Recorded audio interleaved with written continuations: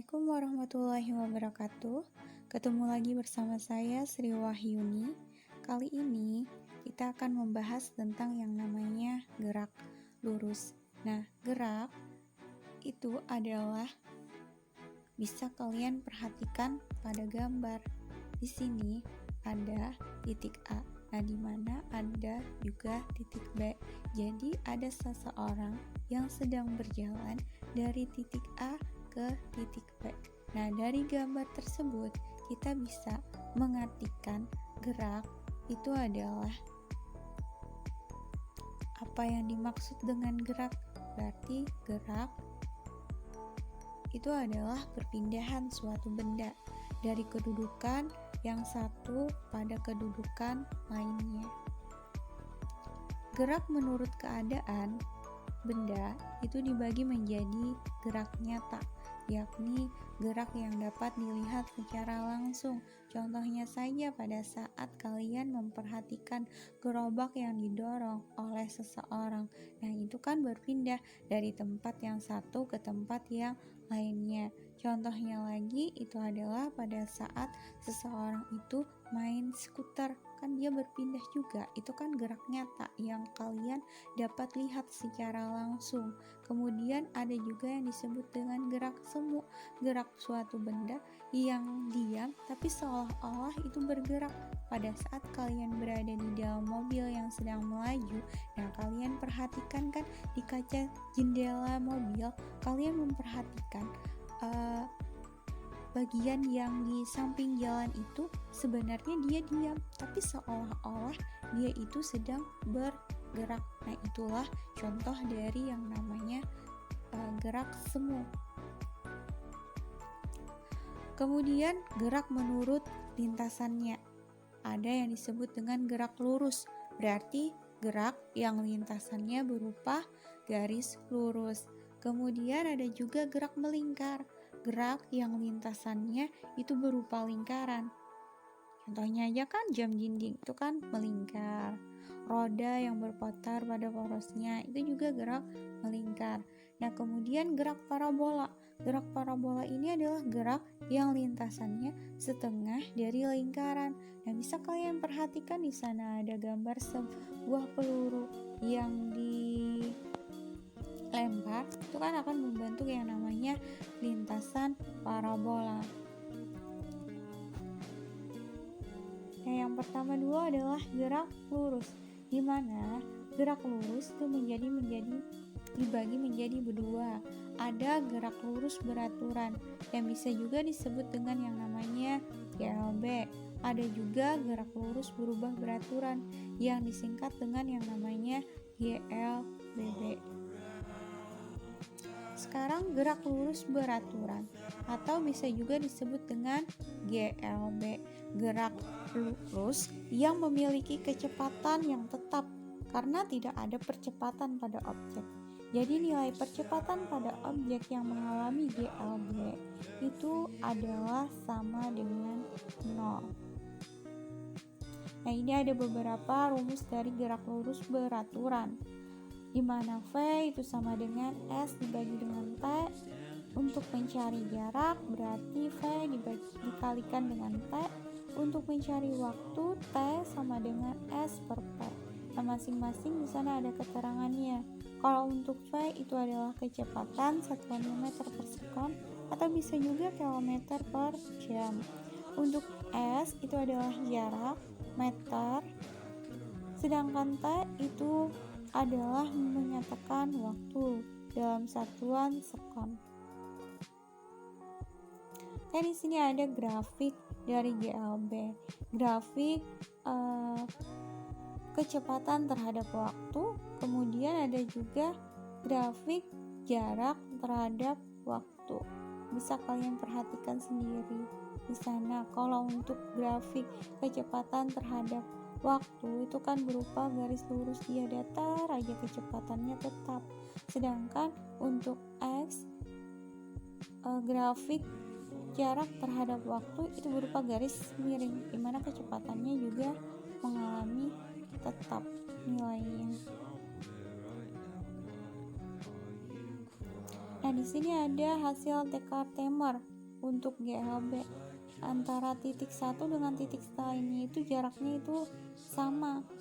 Itu yang disebut dengan GLB karena dia memiliki kecepatan tetap.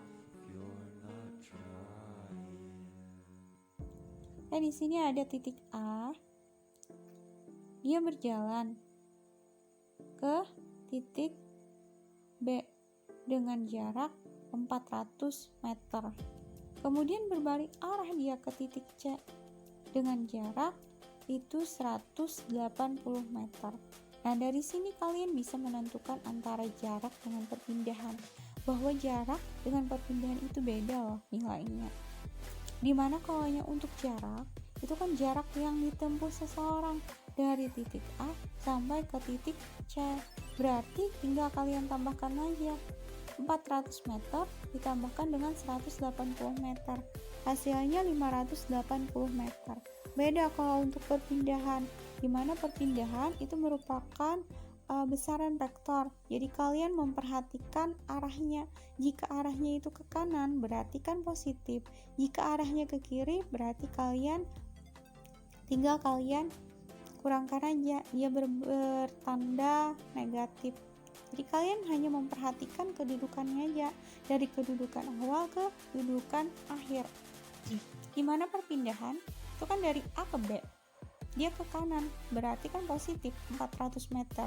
Kemudian dia berbalik arah ke titik C 180 meter, berarti tinggal kalian kurangkan aja 400 dikurangkan 180 meter berarti hasilnya 220 meter. Nah, beda juga untuk mencari kecepatan, berarti perpindahan dibagikan dengan waktu 220 meter. Misalkan waktu dari A yang ditempuh sampai ke titik C itu adalah 10 sekon, berarti 220 dibagi 10 itu adalah 22 meter per sekon. Nah, kalau untuk mencari kelajuan berarti jarak yang dibagi dengan waktu, di mana jaraknya tadi adalah 580 meter dibagi dengan 10 sekon, itu hasilnya adalah 58 meter per sekon. Jadi beda ya antara kecepatan dengan kelajuan. Dimana kalau untuk kecepatan kalian itu memperhatikan nilai dan arahnya, sedangkan untuk kelajuan itu hanya berupa besaran skalar, dia tidak memperhatikan arahnya. Oke, sekarang misalkan ada di titik A, itu orang berjalan menuju ke titik B sejauh 4 meter, kemudian dia berbelok arah lagi ke titik C itu sejauh 3 meter. Nah, di sini kan nanti akan membentuk yang namanya segitiga, siku-siku. Nah, apabila dia membentuk lintasan yang berupa segitiga siku-siku, maka kita kembali lagi ke rumus yang namanya Pythagoras seperti matematika. Nah, apabila kalian mencari sisi A-nya B, C, nah itu bisa kalian perhatikan rumusnya. Apabila A kuadrat ditambah B kuadrat itu menghasilkan C kuadrat. Jadi bilanya mencari A berarti akar dari C kuadrat dikurangi dengan B kuadrat. Apabila mencari B berarti akar C kuadrat dikurangi dengan A kuadrat. Apabila mencari C berarti akar dari A kuadrat ditambah dengan B kuadrat. Itu adalah rumus dari Pythagoras. Nah, kalau untuk mencari jarak kan berarti jarak yang ditempuh dari titik A ke titik B ke titik C, tinggal kalian tambahkan aja 4 meter tambah 3 meter, berarti jawabannya adalah 7 meter. Beda kalau untuk perpindahan. Kalau perpindahan kan berarti kalian gunakan rumus teorema Pythagoras, di mana 4 kuadrat ditambah dengan 3 kuadrat. Kalau untuk 4 kuadrat itu adalah 16, 3 kuadrat itu adalah 9, maka akar dari 25 itu adalah 5. Jadi perpindahannya 5 meter. Beda antara jarak dengan perpindahan. Kalau jaraknya tadi adalah 7 meter, sekarang perpindahannya adalah 5 meter. Contoh lagi di sini ada soal GLB di mana seorang pengendara sepeda itu selama 2,5 jam sepanjang lintasan lurus. Berapa jarak yang ditempuh jika diketahui kecepatannya adalah 8 km per jam? Rumusnya kan V sama dengan S per T. Karena kalian mencari jarak, berarti kan S sama dengan V kali T. Nah, jadi tinggal kalian masukkan aja. Nilai dari V-nya tadi adalah 18 km per jam, sedangkan T-nya itu adalah 2,5 jam. Jadi tinggal kalian kalikan. Nah, hasil perkaliannya itu menunjukkan nilai dari jarak 45 km. Nah, sekarang untuk gerak lurus berubah beraturan, bisa juga disebut dengan GLB, yakni gerak benda dengan lintasan lurus dan memiliki kecepatan setiap saat itu berubah, di mana percepatan adalah perubahan kecepatan terhadap waktu. Nah, di sini GLBB dibagi menjadi dua. Ada GLBB dipercepat, berarti gerak bendanya mengalami percepatan. Ada juga yang disebut dengan GLBB diperlambat, berarti gerak benda yang mengalami perlambatan. Contohnya aja di sini. Pada saat mobil yang melaju tiba-tiba direm mendadak, berarti kan mengalami yang namanya GLBB, dia diperlambat. Kemudian buah jatuh dari pohonnya, nah itu juga kan mengalami yang namanya gerak lurus berubah beraturan, dia dipercepat. Sama halnya kalian pada saat kalian melintasi di bidang miring, atau bisa juga kalian melintasi di bidang yang terjal, itu juga merupakan contoh dari gerak lurus untuk grafik hubungan antara kecepatan dan waktu pada GLBB. Apabila untuk GLBB dipercepat, sana ada grafiknya. V0 itu adalah menyatakan kecepatan awal. Nah, bedakan ya antara GLBB diperlambat dengan GLBB dipercepat grafiknya. Kalau untuk dipercepatkan arahnya ke atas. Apabila GLBB diperlambat, itu arahnya ke bawah. Ada juga hubungan antara percepatan dengan waktu pada GLB. Bisa kalian perhatikan sendiri. Dia memiliki percepatan tetap atau konstan jika pada GLBB. Tapi kalau pada GLB kan tadi percepatannya itu adalah sama dengan 0. Untuk GLBB dipercepat pada tekad Temer, bisa kalian perhatikan. Yang dulunya jaraknya berdekatan titiknya, lama-lama itu akan semakin menjauh. Berarti itu adalah GLBB dipercepat. Nah, beda kalau diperlambat. Yang dulunya jarak antara satu titik itu berjauhan, lama-kelamaan dia akan mendekat. Itu yang disebut dengan GLBB diperlambat kalau untuk pada ketikan tekad Temer. Nah, ini ada rumus untuk GLBB, di mana A sama dengan delta V dibagi dengan T. Nah, untuk delta V itu sendiri itu adalah hasil pengurangan antara kecepatan akhir dikurangi dengan kecepatan awal. V2 dikurangi V1 dibagi dengan T. Pada GLBB, untuk mencari rumus jarak, berarti S sama dengan V0 dikalikan dengan T ditambah setengah AT kuadrat. Ingat ya, apabila mengalami percepatan berarti nilai A-nya itu bernilai positif. Apabila mengalami perlambatan, maka nilai A-nya itu bernilai negatif. Nah, untuk V0 itu sendiri merupakan kecepatan gerak mula-mula, sedangkan VT kecepatan gerak akhirnya. Sedangkan kalau untuk A itu adalah percepatan geraknya dalam satuan meter per sekon. Nah, di sini ada contoh soal sebuah benda bergerak dari keadaan diam. Nah, bila berada dalam keadaan diam, berarti kan kecepatan V0-nya itu sama dengan 0, di mana percepatan tetap 4 meter per sekon kuadrat, berarti nilai A-nya yang 4. Yang dicari itu adalah kecepatan dan jarak yang ditempuh benda setelah 5 sekon berturut-turut, di mana kecepatan awalnya adalah 0, V0-nya adalah 0, A-nya sama dengan 4 meter per sekon kuadrat, T-nya adalah 5 sekon. Yang dicari adalah jarak. Nah, oleh karena benda bergerak dengan percepatan tetap, maka berlaku rumus GLBB-nya. VT sama dengan V0 ditambah A dikali dengan T. V0-nya itu adalah 0, A-nya itu adalah 4, dan T-nya itu adalah 5. Berarti 4 kali 5 kan 20 meter per sekon. Jadi kalian sudah dapat nilai kecepatan pada saat T itu sama dengan 5. Berarti nilai kecepatannya adalah 20 meter per sekon.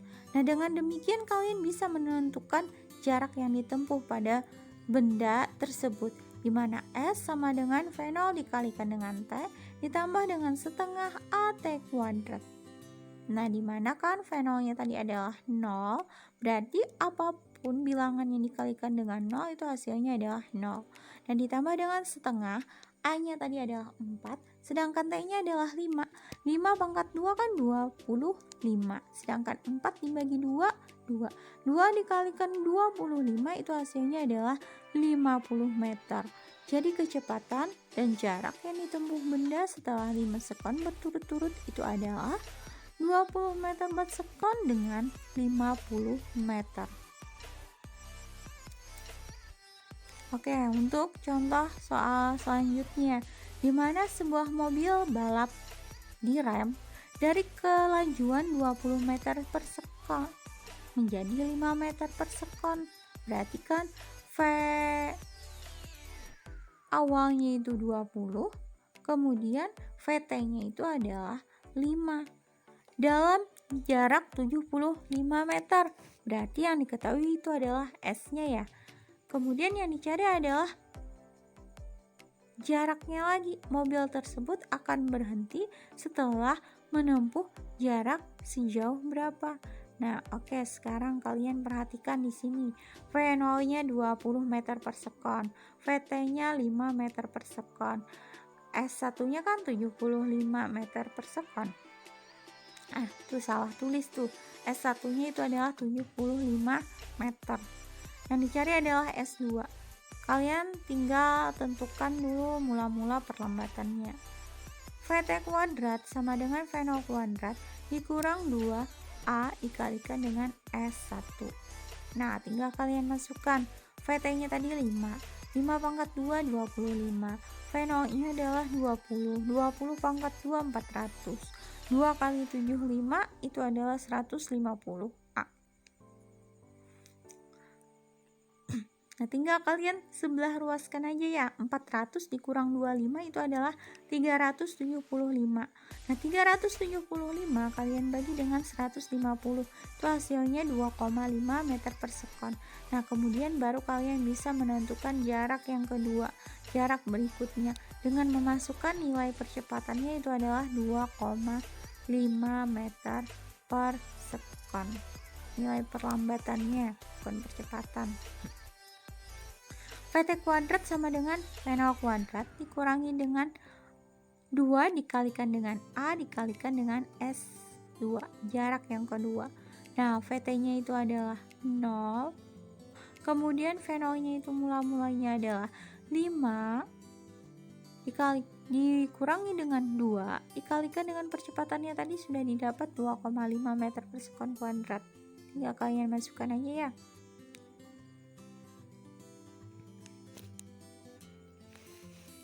Nah, di sana untuk 2,5 dikalikan 2 itu adalah 5. Sedangkan 5 kuadrat adalah 25. 25 dibagi 5 itu hasilnya adalah 5 meter. Jadi jarak yang ditempuh lagi hingga mobil berhenti itu adalah pada saat dia berjarak 5. Gerak melingkar.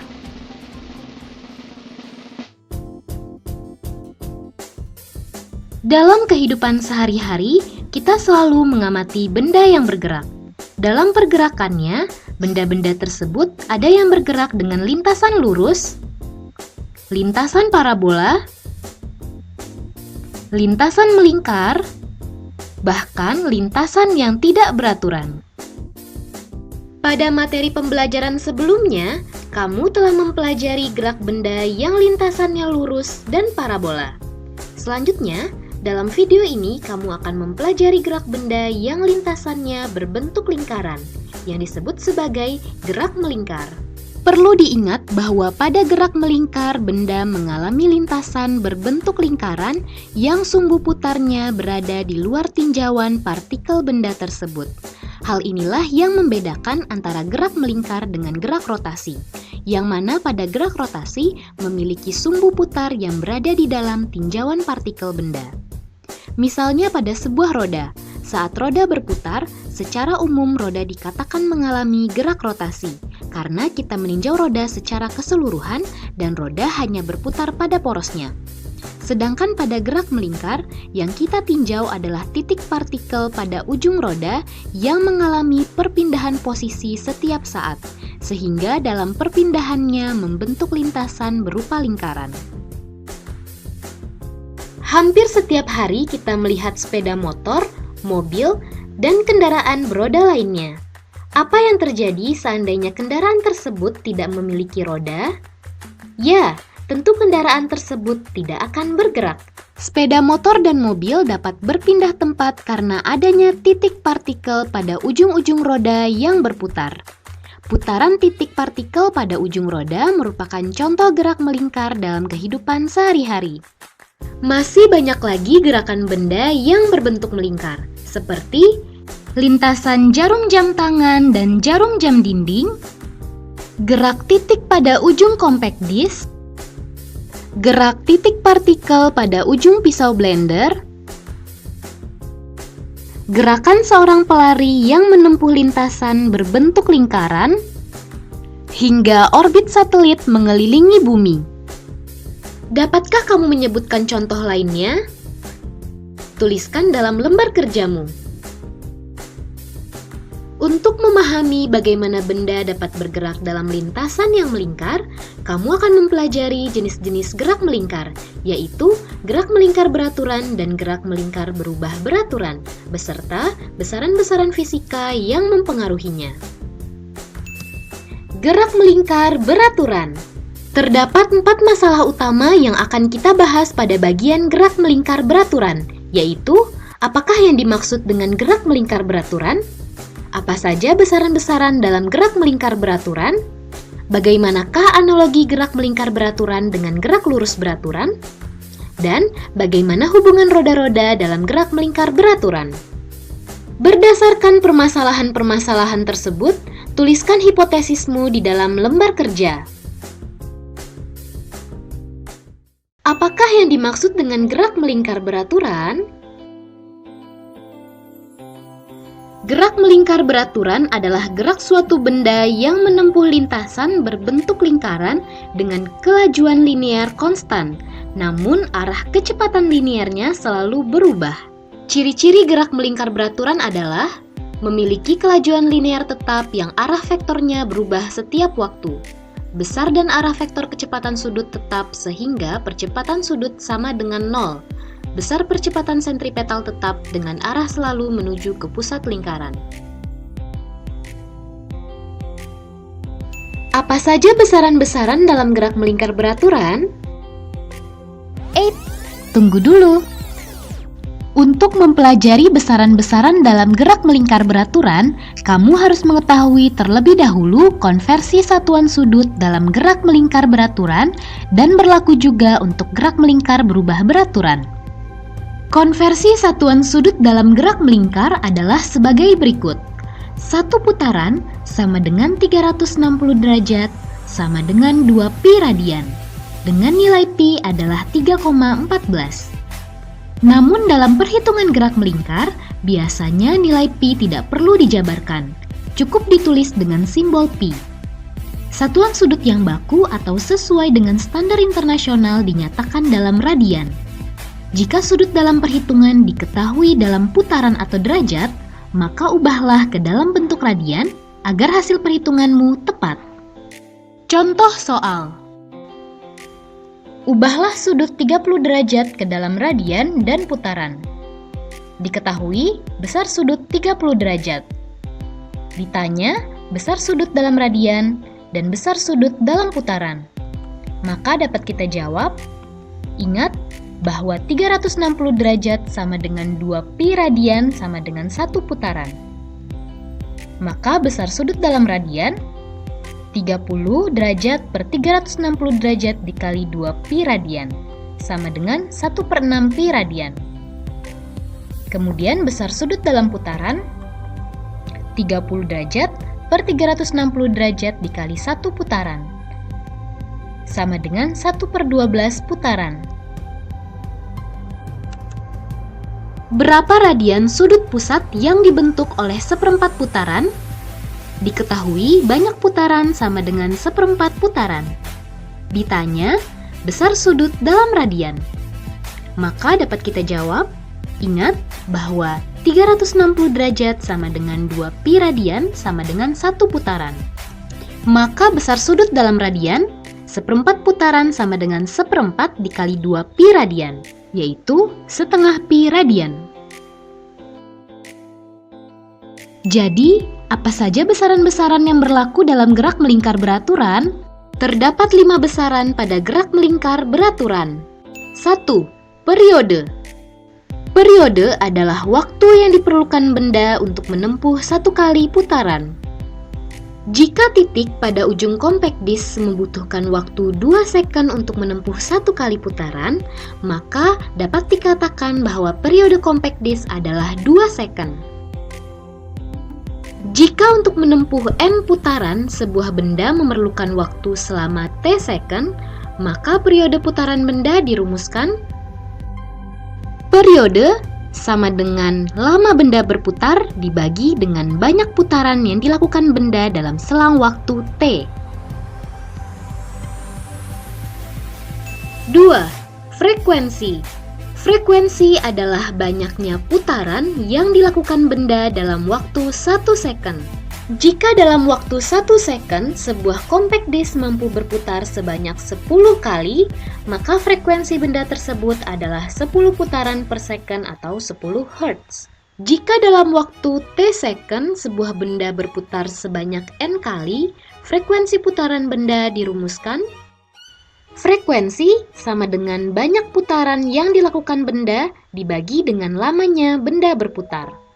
Maka dapat ditemukan bahwa hubungan antara frekuensi dan periode adalah sebagai berikut. Periode sama dengan 1 per frekuensi atau frekuensi sama dengan 1 per periode. Contoh soal. Sebuah benda bergerak mengitari lintasan berbentuk lingkaran sebanyak 8 kali dalam waktu 2 menit. Tentukan A. Periode putaran benda, B. Frekuensi putaran benda. Diketahui N. Banyak putaran sebanyak 8 putaran, dan T. Lama benda berputar selama 2 menit atau 120 sekon. Maka yang ditanya adalah A. Periode, B. Frekuensi. Dapat kita jawab untuk periode adalah lama benda berputar dibagi banyak putaran, yaitu 120 sekon dibagi 8 putaran, hasilnya adalah 15 sekon, maka periode benda adalah 15 sekon. Kemudian frekuensi adalah banyak putaran dibagi lama benda berputar, yaitu 8 putaran dibagi 120 sekon, sama dengan 1/15 atau 0,067 Hz. 3. Kecepatan sudut. Misalkan sebuah pita diikatkan pada roda sepeda, kemudian diputar dengan kelajuan tertentu. Dalam waktu t second, garis hubung antara pita dengan pusat roda menempuh sudut sebesar theta. Terdapat besaran yang dimiliki pita saat bergerak, yaitu kecepatan sudut. Kecepatan sudut adalah besar sudut yang ditempuh benda per satuan waktu. Kecepatan sudut dirumuskan omega sama dengan besar sudut yang ditempuh dibagi lama benda berputar. Jika benda berputar 1 putaran penuh, maka sudut yang ditempuh benda sebesar 2 pi radian, sedangkan waktu untuk 1 putaran merupakan periode putaran benda. Maka, kecepatan sudut dapat juga dirumuskan menjadi omega sama dengan 2pi per periode sama dengan 2pi dikali frekuensi. 4. Kelajuan linier. Kelajuan linier adalah panjang lintasan yang ditempuh benda per satuan waktu. Jarak satu putaran penuh yang ditempuh benda merupakan keliling lingkaran. Sedangkan waktu satu putaran merupakan periode, sehingga kelajuan linier dirumuskan V sama dengan 2pi dikali jari-jari per periode, sama dengan 2pi dikali frekuensi dikali jari-jari. Sehingga dapat ditemukan hubungan antara kelajuan linier dengan kecepatan sudut, yaitu sebagai berikut. Kelajuan linier sama dengan kecepatan sudut dikali jari-jari. Contoh soal. Sebuah pita diikatkan pada ujung roda yang berjari-jari 25 cm. Roda kemudian diputar dengan kelajuan tetap dan dalam waktu 12 detik berputar sebanyak 96 kali. Hitunglah A. Frekuensi putaran pita, B. Periode putaran pita, C. Kecepatan sudut yang dialami pita, D. Kelajuan linier yang dialami pita. Diketahui R. Jari-jari sama dengan 25 cm atau 0,25 meter. T. Waktu tempuh selama 12 sekon. Dan N. Banyak putaran sebanyak 96 putaran. Ditanya A. Frekuensi, B. Periode, C. Kecepatan sudut, dan D. Kelajuan linier. A. Frekuensi. Frekuensi adalah banyak putaran dibagi waktu tempuh, yaitu 96 dibagi 12, sama dengan 8 Hz. B. Periode. Periode adalah 1 per frekuensi, yaitu 1 per 8, sama dengan 0,125 sekon. C. Kecepatan sudut. Kecepatan sudut dirumuskan dengan 2pi dikali frekuensi, 2pi dikali 8. Maka, kecepatan sudut adalah 16pi radian per sekon. D. Kelajuan linier. Kelajuan linier adalah kecepatan sudut dikali dengan jari-jari. Maka, 16pi dikali 0,25 sama dengan 4pi meter per sekon. 5. Percepatan sentripetal. Setiap benda yang bergerak melingkar memiliki suatu percepatan yang arahnya menuju pusat lingkaran, yang disebut dengan percepatan sentripetal. Percepatan sentripetal adalah suatu percepatan yang arahnya menuju pusat lingkaran sehingga menyebabkan benda tetap bergerak dalam lintasan melingkar. Percepatan sentripetal memiliki arah yang tegak lurus dengan arah kecepatan linier. Percepatan sentripetal menyebabkan benda tetap bergerak dalam lintasan melingkar. Jika suatu benda bergerak melingkar dengan kelajuan linier V, membentuk lingkaran berjari-jari R, maka percepatan sentripetal dirumuskan. Percepatan sentripetal sama dengan kelajuan linier kuadrat dibagi jari-jari lingkaran. Contoh soal. Sebuah bandul berputar dengan frekuensi 10 Hz membentuk lintasan lingkaran berjari-jari 25 cm. Berapakah besar percepatan sentripetal yang dialami bandul tersebut? Diketahui F. Frekuensi sama dengan 10 Hz, R. Jari-jari sama dengan 25 cm sama dengan 0,25 meter. Ditanya, percepatan sentripetal. Percepatan sentripetal sama dengan kecepatan linier kuadrat dibagi dengan jari-jari. Kecepatan linier dapat kita jabarkan menjadi 2pi dikali frekuensi dikali jari-jari. Maka rumusan percepatan sentripetal dapat juga dituliskan menjadi 4pi kuadrat dikali frekuensi kuadrat dikali dengan jari-jari, sama dengan 4pi kuadrat dikali 10 kuadrat dikali 0,25. Maka besar percepatan sentripetal yang dialami bandul tersebut adalah 100 pi kuadrat, meter per second kuadrat. Prinsip percepatan sentripetal dimanfaatkan dalam bidang kedokteran untuk mengukur volume sel darah merah melalui sebuah alat yang bernama mikrohematokrit. Bagaimanakah analogi gerak melingkar beraturan dengan gerak lurus beraturan? Misalkan sebuah sepeda bergerak dengan kecepatan konstan dalam selang waktu tertentu, maka besar perpindahan sepeda dapat dirumuskan delta X sama dengan kelajuan benda dikali waktu tempuh. Perhatikan gerakan pita yang terikat pada roda sepeda yang berputar dengan kecepatan sudut konstan dalam selang waktu tertentu. Maka besar sudut yang ditempuh pita dapat dirumuskan perpindahan sudut sama dengan kecepatan sudut dikali waktu tempuh. Jika kita bandingkan antara gerak sepeda dengan gerak pita pada roda sepeda, maka kita akan melihat suatu kemiripan. Perpindahan pada gerak lurus beraturan mirip dengan perpindahan sudut pada gerak melingkar beraturan. Sedangkan kecepatan pada gerak lurus beraturan mirip dengan kecepatan sudut pada gerak melingkar beraturan. Sehingga kinematika gerak melingkar beraturan mirip dengan kinematika gerak lurus beraturan. Contoh soal. Suatu benda melakukan gerak melingkar beraturan. Dalam selang waktu 4 second, benda menempuh perpindahan sudut sebesar 8 radian. Hitunglah A. Kecepatan sudut benda, B. Perpindahan sudut benda dalam waktu 5 second. Diketahui T. Selang waktu selama 4 second, delta theta atau perpindahan sudut sebesar 8 radian. Ditanya A. Kecepatan sudut, B. Perpindahan sudut dengan T sama dengan 5 second. Dapat kita jawab, A.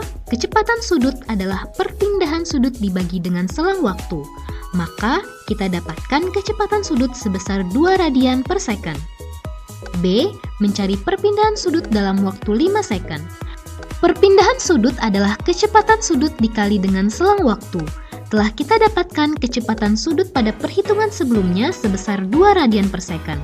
Maka, perpindahan sudut benda dalam waktu 5 second menjadi 10 radian. Bagaimana hubungan roda-roda dalam gerak melingkar beraturan? Ada 3 cara yang dapat dilakukan untuk menghubungkan dua roda atau lebih, yaitu sepusat, bersinggungan, menggunakan sabuk atau rantai. 1. Hubungan roda-roda sepusat. Pada roda yang sepusat memiliki kecepatan sudut yang sama, arah putar yang sama, namun memiliki kecepatan linear yang berbeda. Persamaan yang berlaku untuk hubungan roda sepusat yaitu kecepatan sudut roda pertama sama dengan kecepatan sudut roda kedua, atau kecepatan linear roda pertama dibagi dengan jari-jari roda pertama sama dengan kecepatan linear roda kedua dibagi dengan jari-jari roda kedua.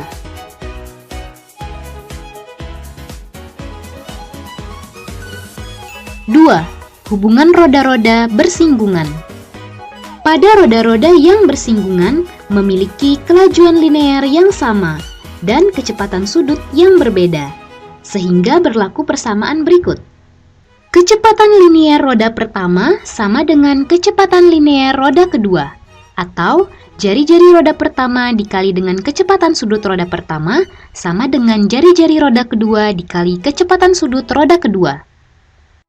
Pada roda yang bersinggungan memiliki arah putaran roda yang saling berlawanan. 3. Hubungan roda-roda menggunakan sabuk atau rantai. Pada roda-roda yang dihubungkan menggunakan sabuk atau rantai memiliki prinsip yang sama seperti pada hubungan roda yang saling bersinggungan, yaitu memiliki kelajuan linear yang sama dan kecepatan sudut yang berbeda. Sehingga berlaku persamaan berikut. Kecepatan linear roda pertama sama dengan kecepatan linear roda kedua, atau jari-jari roda pertama dikali kecepatan sudut roda pertama sama dengan jari-jari roda kedua dikali kecepatan sudut roda kedua.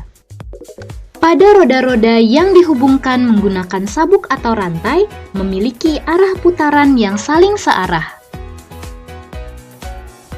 Penerapan hubungan roda-roda dalam kehidupan sehari-hari adalah pada hubungan antara poros pedal sepeda dengan gir roda belakang dan hubungan roda gigi pada mesin. Contoh soal: ketiga roda A, B, dan C saling berhubungan seperti gambar di samping. Jika jari-jari roda A, B, dan C masing-masing 18 cm, 6 cm, 2 cm, dan roda B berputar dengan kecepatan sudut 4 radian per second, maka roda C berputar dengan kecepatan sudut sebesar.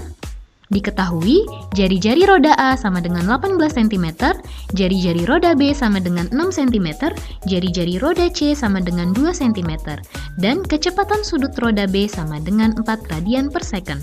Ditanya, kecepatan sudut roda C. Untuk mencari kecepatan sudut roda C, maka kita harus memperhatikan hubungan roda-roda antara roda A, B, dan C. Roda A dan roda B saling sepusat, sedangkan roda A dengan roda C saling dihubungkan dengan tali. Maka, untuk mencari kecepatan sudut roda C, kita harus mengetahui terlebih dahulu kecepatan linier roda A. Roda A dan roda B saling sepusat. Maka, kecepatan sudut roda A sama dengan kecepatan sudut roda B, atau kecepatan linier roda A dibagi jari-jari roda A sama dengan kecepatan linier roda B dibagi dengan jari-jari roda B. Maka didapatkan kecepatan linier roda A sebesar 72 cm per second.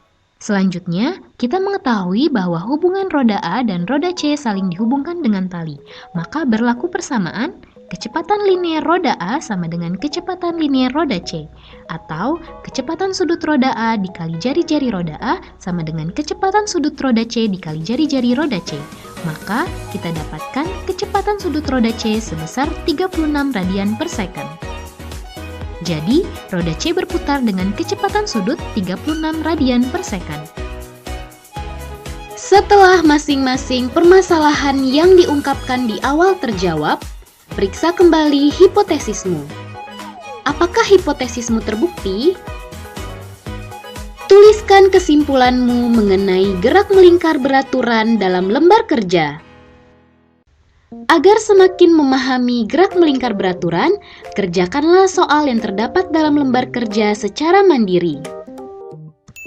Gerak melingkar berubah beraturan.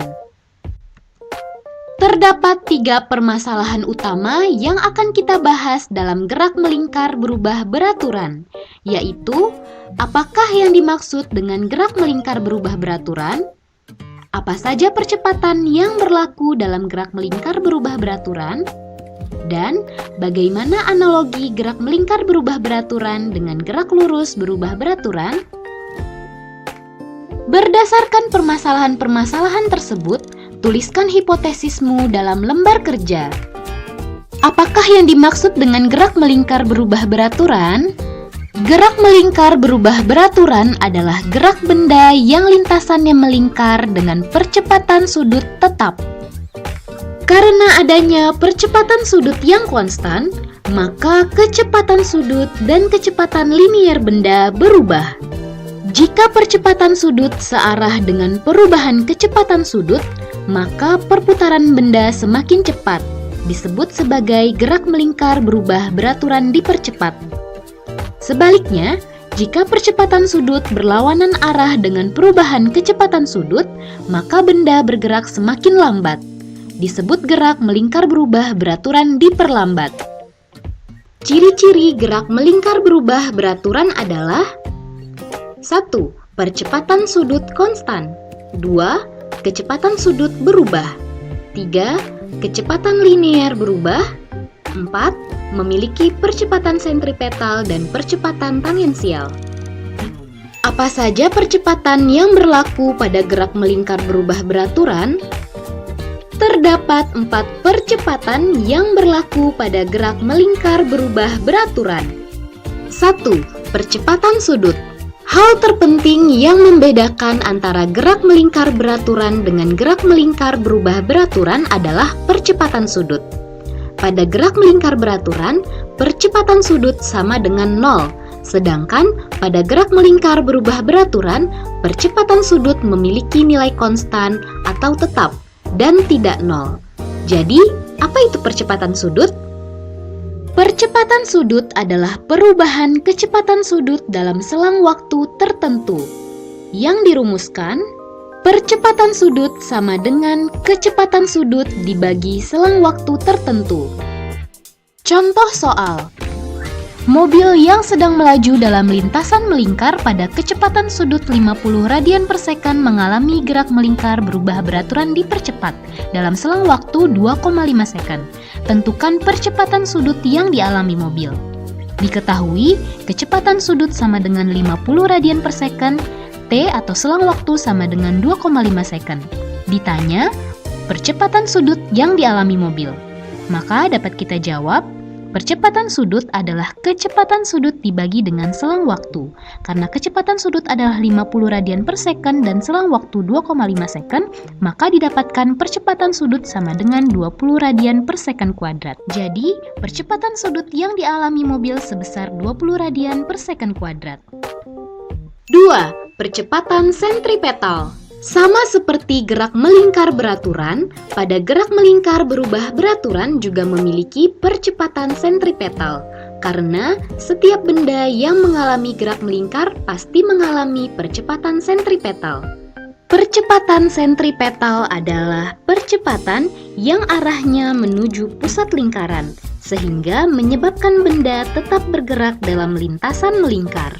Percepatan sentripetal sama dengan kecepatan linier kuadrat dibagi dengan jari-jari lingkaran. 3. Percepatan tangensial. Pada gerak melingkar berubah beraturan, selain memiliki percepatan sentripetal, juga memiliki percepatan tangensial. Semua benda yang bergerak melingkar selalu memiliki percepatan sentripetal, tetapi belum tentu memiliki percepatan tangensial. Percepatan tangensial adalah percepatan yang dimiliki benda bergerak melingkar yang mengalami perubahan kelajuan linier dan berperan mengubah arah kecepatan linier. Percepatan tangensial dirumuskan, percepatan tangensial sama dengan percepatan sudut dikali jari-jari lingkaran kuadrat. 4.